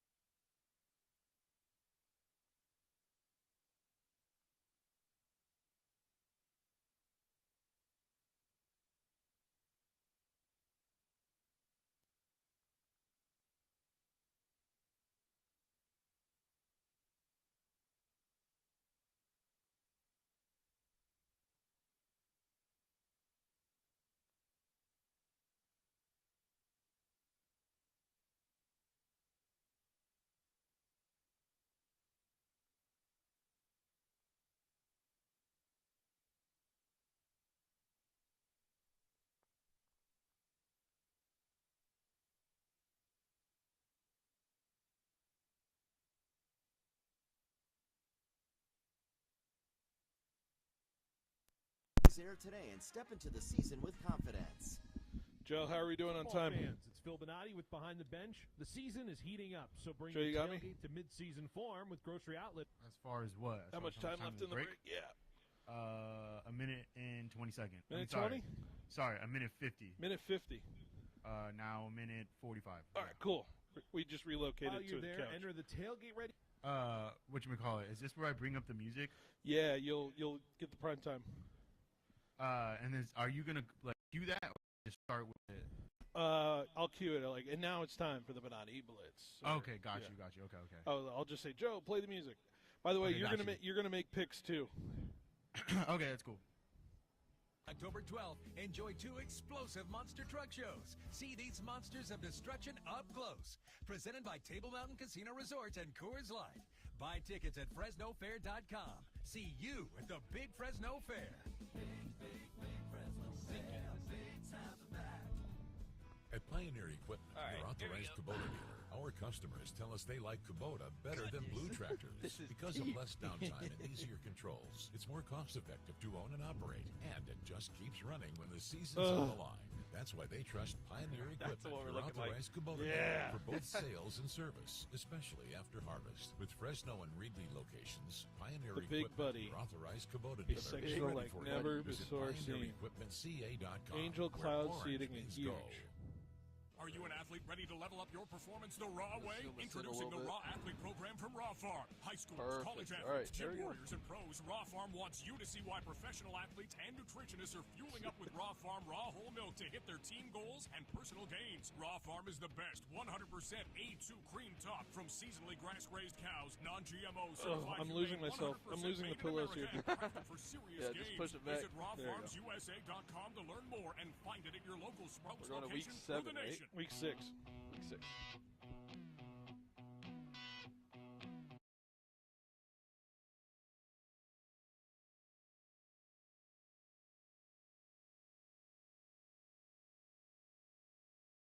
Fresno, the Valley's local sports leader. If you're watching on the live stream, you're seeing a very funny visual. Joe, Joe, as the producer, I would recommend you going to check out our YouTube page right now, because we are sitting in the John Michael Designs LA, the Big Buddy couch. This thing makes me look like I'm 5'6". Tanvir, how are you feeling? I'm comfortable in here. I can't even see you. There's too many pillows Right? to my right. I just hear you in terms of it. Joe, are you there? Can you hear me? I can hear you. I haven't looked at the thing yet because I only got one screen. Oh man. All right. Well, if you ever get a chance to look back at what we're doing here, get a chance because this is a hilarious couch. Sectional like you've never seen before. It's huge. You got angel cloud seating. Did we mention it's huge? Luxury at its finest, comfort at its finest. Through November 20th, get a free fabric upgrade on any John Michael Designs order. And there's free financing available. Tanvir, if you won that $50,000 free furniture, is this one of the options? This might be the one. This might be the one in terms of it. Okay, so good to be here. We are starting the music in a moment here, Joe, but I want to mention we're going to do the Benotti Blitz brought to you by Grocery Outlet. Grocery Outlet, of course, a big part of our Tailgate Ready contest. If you want to be Tailgate Ready this season with the Fresno State Bulldogs, be sure to sign up at our participating grocery outlets for the Tailgate Ready contest. That is at Southeast Fresno, Downtown Fresno, Northwest Fresno, Kerman, and Sanger. So you get a chance to win 2 tickets and $100. 2 tickets to a Fresno State game and $100 towards your tailgate. All courtesy of your local grocery outlets who are participating in the Tailgate Ready contest. 3 winners yet to be picked. 3 home games left, so you still got time to enter into that contest. So that is the Benotti Blitz brought to you by Grocery Outlet. All right, Joe, get the music queued up. Let's get ready to roll. Oh, yeah. I'll save Thursday for the last segment. We're going to save Thursday. So we're going to go straight to the top of Week 6 Plenty of games to pick here, and we start in London. The Denver Broncos take on the New York Jets, a Jets team who is winless, a Jets team who has no takeaways through 5 games, a NFL historic pace that they are certainly on. Denver Broncos' signature win that they just came off of against Philadelphia. Of course, we'll see if they can back it up. Usually letdowns happen after that, but nobody's letting anybody down except for this Jets team against their fan base. So give me the Denver Broncos to win over the New York Jets in London. Tanvir? Yeah, I agree. I think that the Denver Broncos will win this game. I think they had a massive win against the Philadelphia Eagles, really showed their defensive prowess, and I think for a Jets team that can't really stop much, as we saw in the Dallas game, I think their offense, the Broncos offense, will start doing something. So give me the Broncos in this one as well. Joe, who do you got? I mean, it's kind of obvious. Broncos all day. Broncos all day. Broncos are 7-point favorites in London. Next up, got the Rams and the Ravens in Baltimore. And, boy, we thought this was going to be one of the best games of the year in terms of anticipation. Boy, has it not lived up to that potential, as Lamar Jackson looks to be missing this one again in terms of injury. So the Rams are set up nicely here, right? Certainly no letdown potential in this one. The Ravens can't stop a cold in any sense of the word. They're a 7.5-point underdog at home. It could get a little rainy on the East Coast. Could that affect certain things for the Rams in terms of it? But nobody's better in setting up their team on the East Coast games than Sean McVay. I have no doubt the Rams can take care of business after a loss to the 49ers and a long week and a pseudo-bye that they will beat the Baltimore Ravens. Yeah, for a Los Angeles Rams team that has a lot of prowess in the air, this is they're going up against the secondary that has allowed the most passing TDs in the league with 13. I think this is going to be a big game out of Puka Nacua and Devontae Adams. But this is also a Ravens defense that can't stop the run. So I think all of the Rams' weapons start cooking in this one. Give me the Rams. What do you got, Joe? I mean, the Rams should. I mean, these should be gimme games, both of those first two, the Broncos and the Rams. I mean, if the Rams don't do this, I don't even know. I've already given up on football because the Dolphins are disappointing. But I don't even know. The Rams should take that. Well, we'll get to your Dolphins. Next up, the Cowboys and the Panthers. This build is the best game on Fox. I've been seeing all these promos on all the baseball games. That's the game of the week for them. The Cowboys 2-1 after their win last week over those New York Jets. The Panthers finding a way, certainly at home. 2-0 at home. Are the Panthers a better team at home, taking on this Cowboys team who certainly would love to outscore every opponent they play? Cowboys only a 3-point favorite. Something sneaky tells me this game's going to be that close, despite what Bryce Young loves to do in the first half of these football games. I'll ride the Cowboys, though. I think they're just a little bit better. Give me a high-scoring affair with the Cowboys winning over Carolina. Yeah, I think if the Cowboys start losing this game in any aspect, I think they can really get affected by Rico Dowdle in that run game. Rico Dowdle has a little bit of a revenge game on his mind after the great performance that he did, but I think the Cowboys are going to win this game. I saw Jalen Waddle really play really well against them last week. Darren Waller, I thought, played really well, and I think this Cowboys passing offense is just going to be too much. So give me the Cowboys. Come on. I mean, the Panthers just beat up on the Dolphins, so I think the Panthers are going to win this one, obviously. Okay. I mean, Panthers going to take this.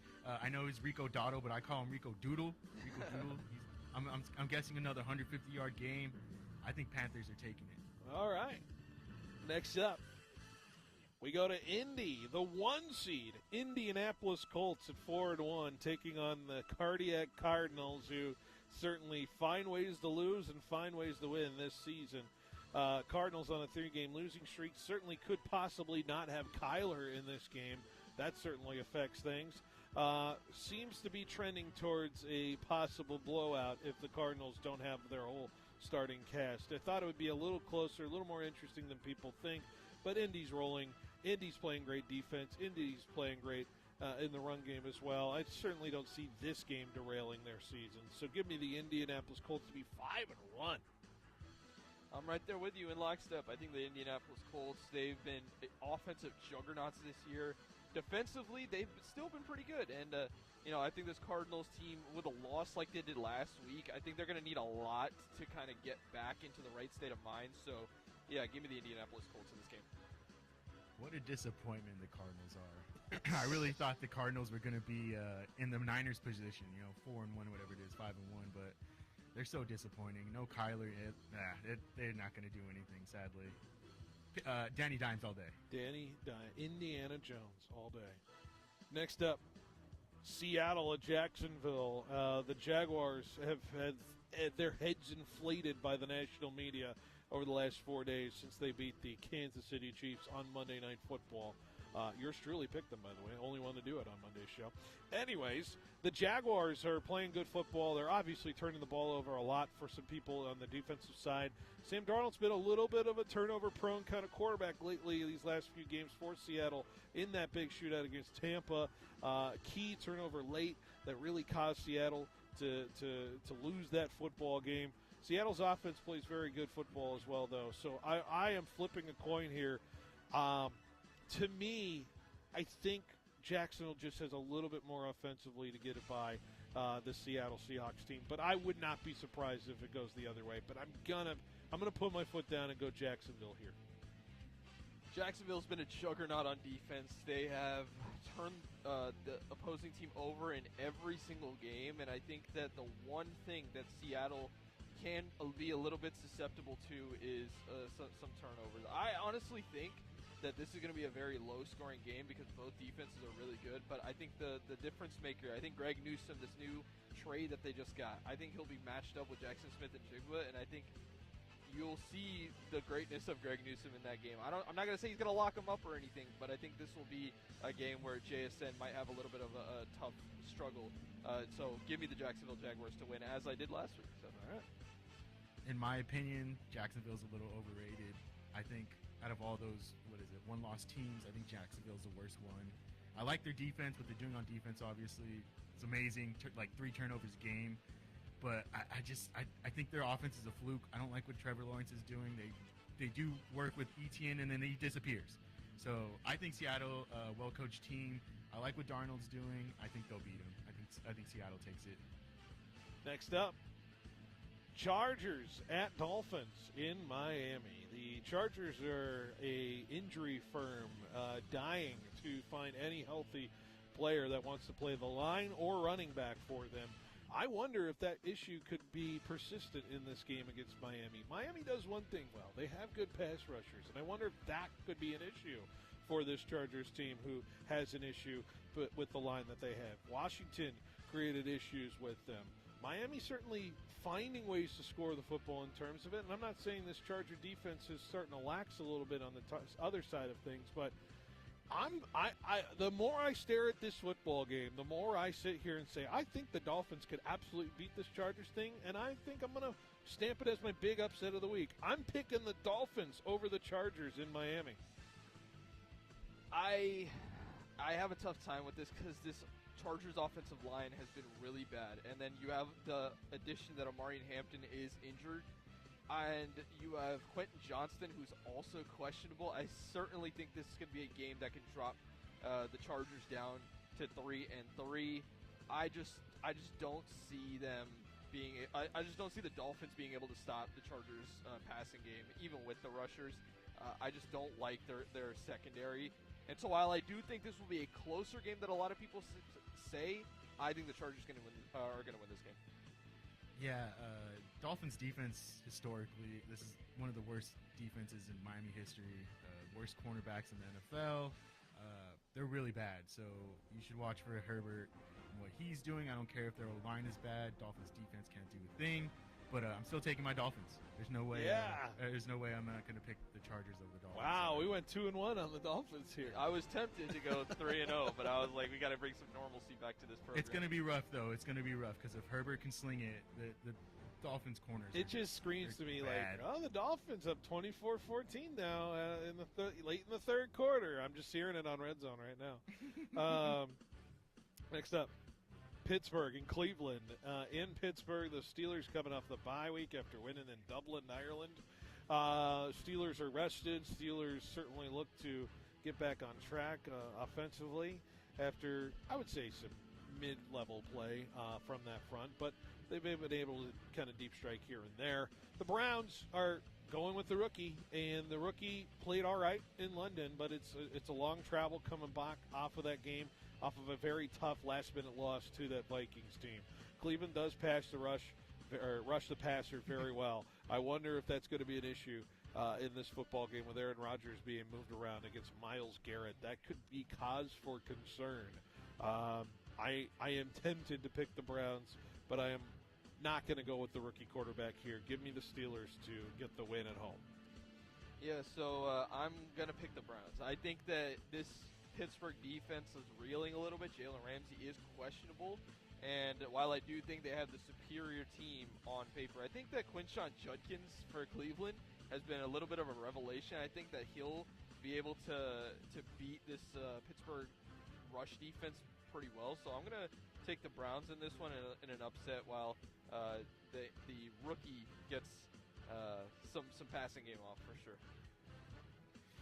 Man, I don't think the Browns beat the Steelers. I think Steelers are too well coached, even though they're not that great. I think they're one of the, they're overrated teams as well. But I still think the Browns are a bad team. I like Garrett, but other than that, yeah, I think Aaron Rodgers should handle business. By the way, they have the over/under at 38.5 for that football game. Really? 38. Really? Next up, Patriots at Saints in New Orleans. In the Superdome, the Patriots coming off of, obviously, somewhat of a defining win over the Buffalo Bills on Sunday night. So classic trap game for the Patriots, certainly coming off of that on the road.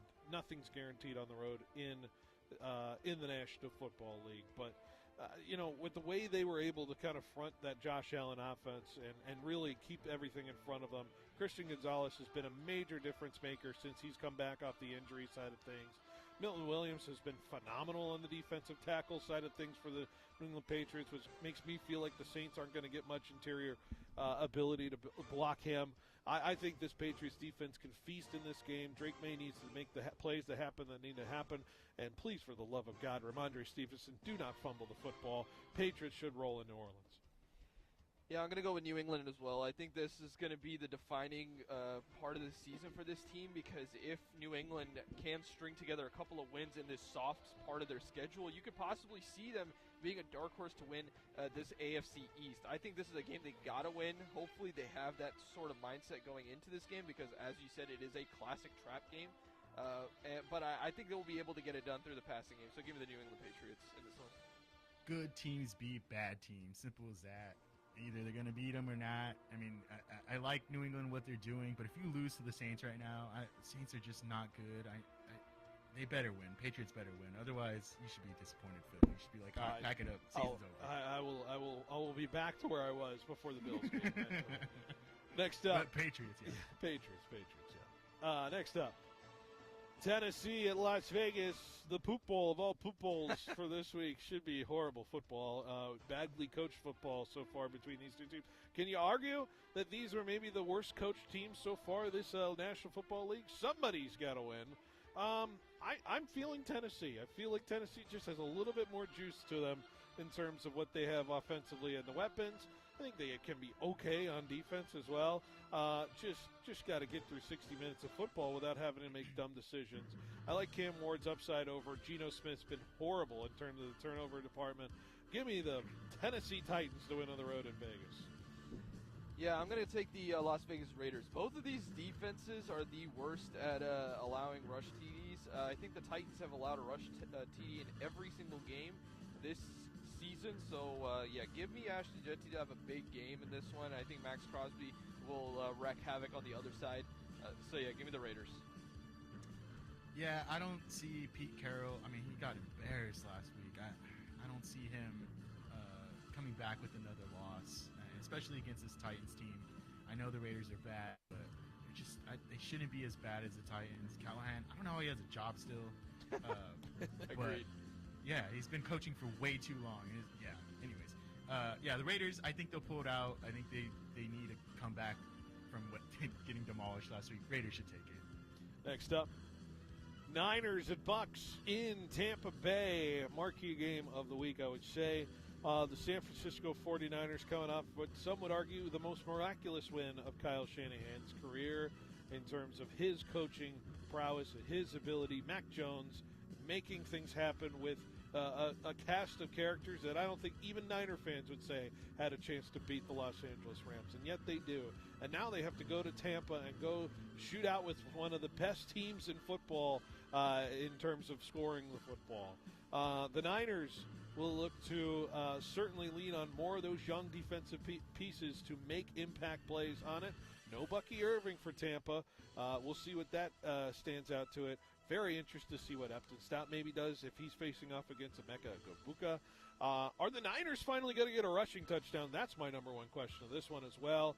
I'm going to pick Tampa in a valiant effort for San Francisco, but I think Tampa just is going to take care of it in Tampa. You guys know Malik Mustafa's coming back? Oh, my goodness. I'm so excited for that. But, yeah, this game is going to be defined by how can the San Francisco 49ers secondary stop this passing attack. We saw in Seattle that is a good team, a good defense, that the Buccaneers were able to torch them even without Mike Evans and Bucky Irving. And as much as a Niners fan as I am, I still think that that's going to be a mismatch that they'll be able to take care of. Yes, I do agree that the Bucs kind of sort of play down to the level of the opposing team, and the 49ers injuries without them, they've still been playing pretty good. I just don't see a path for this team. So, yeah, give me the Buccaneers. Maybe I can have that little bit of a reverse jinx like I did last week. There you go. See, that's where, me being a guest producer and stuff is awesome because I don't have to, I could be biased. So you guys picking it against your own team, it's awesome. I love it. So, Tampa should win. I think it's going to be close. 49ers not having a rushing touchdown is insane to me because that's kind of what they've been known for is rushing the ball, especially with McCaffrey. So I think there's one of those teams that are kind of overrated to me as well. I feel like Tampa, although it's going to be close because they can't seem to win, get by more than 3 touchdowns or 2 touchdowns. They want to go down to the wire. I think it'll go down to the wire. Tampa still wins though. Next up, Cincy at Green Bay. If I told you after 2012 when Joe Flacco won his Super Bowl, he'd be playing 13 years later for the Cincinnati Bengals, I would not believe you. And yet here he is ready to try to beat the Green Bay Packers for the second time in 3 weeks. Go figure. The Packers coming off the bye. The Packers certainly, I don't know how they certainly feel after their last 2 weeks of performance if you see their last couple games. But it'll be interesting to see where they stand coming off of the bye week.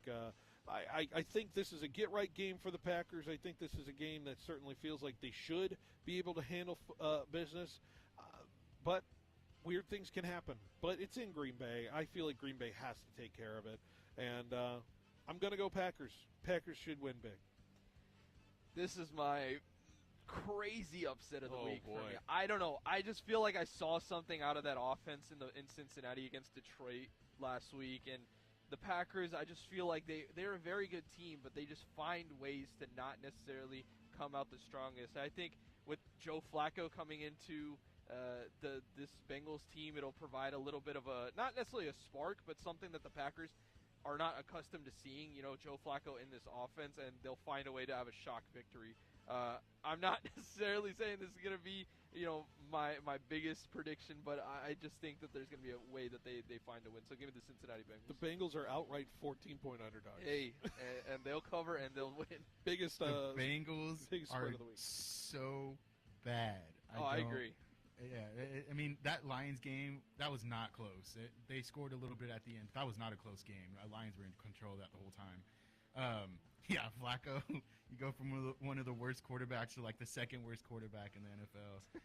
Yeah, I don't have any faith in them. Green Bay should run the table. All right, last game of our slate. It's the Lions and the Chiefs on Sunday Night Football. The Chiefs, of course, coming off that loss to Jacksonville. Chris Jones saying he has a lot to answer for after he lollygagged on that Trevor Lawrence touchdown. Called it a learning moment. And the Chiefs have a lot of learning moments here. $100 million guy. Yeah, jeez. They're not healthy. They are not healthy, and I don't know what weapons they have to match what Detroit has in this football game. Clearly and evidently, the talent disparity should be enough for this Detroit Lion team, who has been rolling the last few weeks, to get a victory for the Detroit Lions. I don't see it any other way. Kansas City's going to start 2-4, and Detroit's going to find a way to roll in this football game and win it. Yeah, I think the biggest discrepancy here, I think the Chiefs' running game, rush defense, has been pretty abhorrent this year. So when you have David Montgomery and Jahmyr Gibbs coming into town, I think it's going to be a tough matchup for them. Give me the Detroit Lions, and honestly, I don't think this is going to be close. I think they win by double digits. Yeah, Lions are easily one of the better teams around. I mean, I knew it was going to take a second, losing your coordinators and stuff. With the first few games, it looked a little rough, but they're finding their groove. I think the Lions should handle business for sure. Well, there it is. That is your Benotti Blitz, brought to you by Grocery Outlet. You can fade the music there, Joe, and we'll take us to break as we try to peel ourselves off this couch. It's been lovely, but unfortunately we have some show to finish up over at our normal spot, so we'll do that. Take a break, wrap up the show, preview Giants-Eagles next on 1430 ESPN Fresno, the Valley's local sports leader. Looking for a little extra relaxation in your day? Discover the natural way to unwind with Valley Pure Cannabis. All right. Whether you're seeking calm Is after a this long day, like a robot? boost in No, I think it's creativity, glitching a or little just bit. some Yeah, I quality know. me time, Yeah. Valley Pure has the All perfect right. strain for you. Our premium cannabis take your is headset grown again. with care.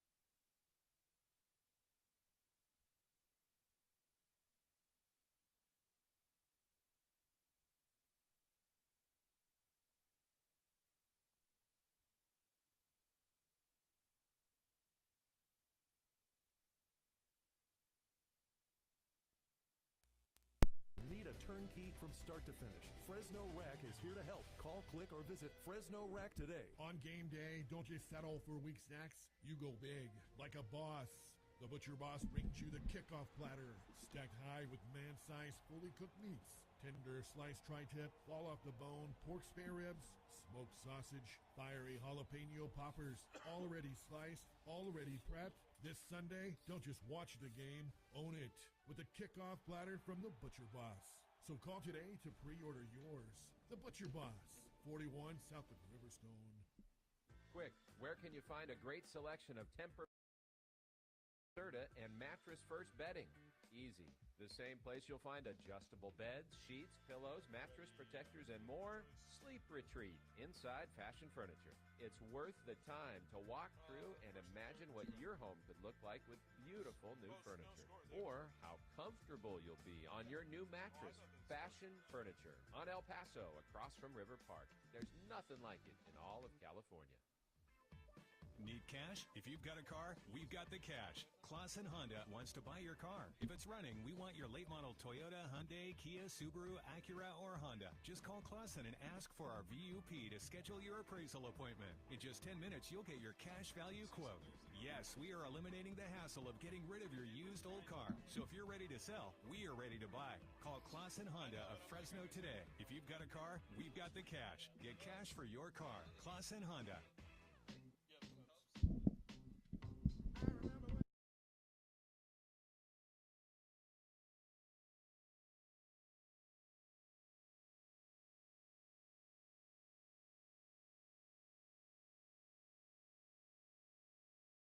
Dodgers are currently bottom of the 6th.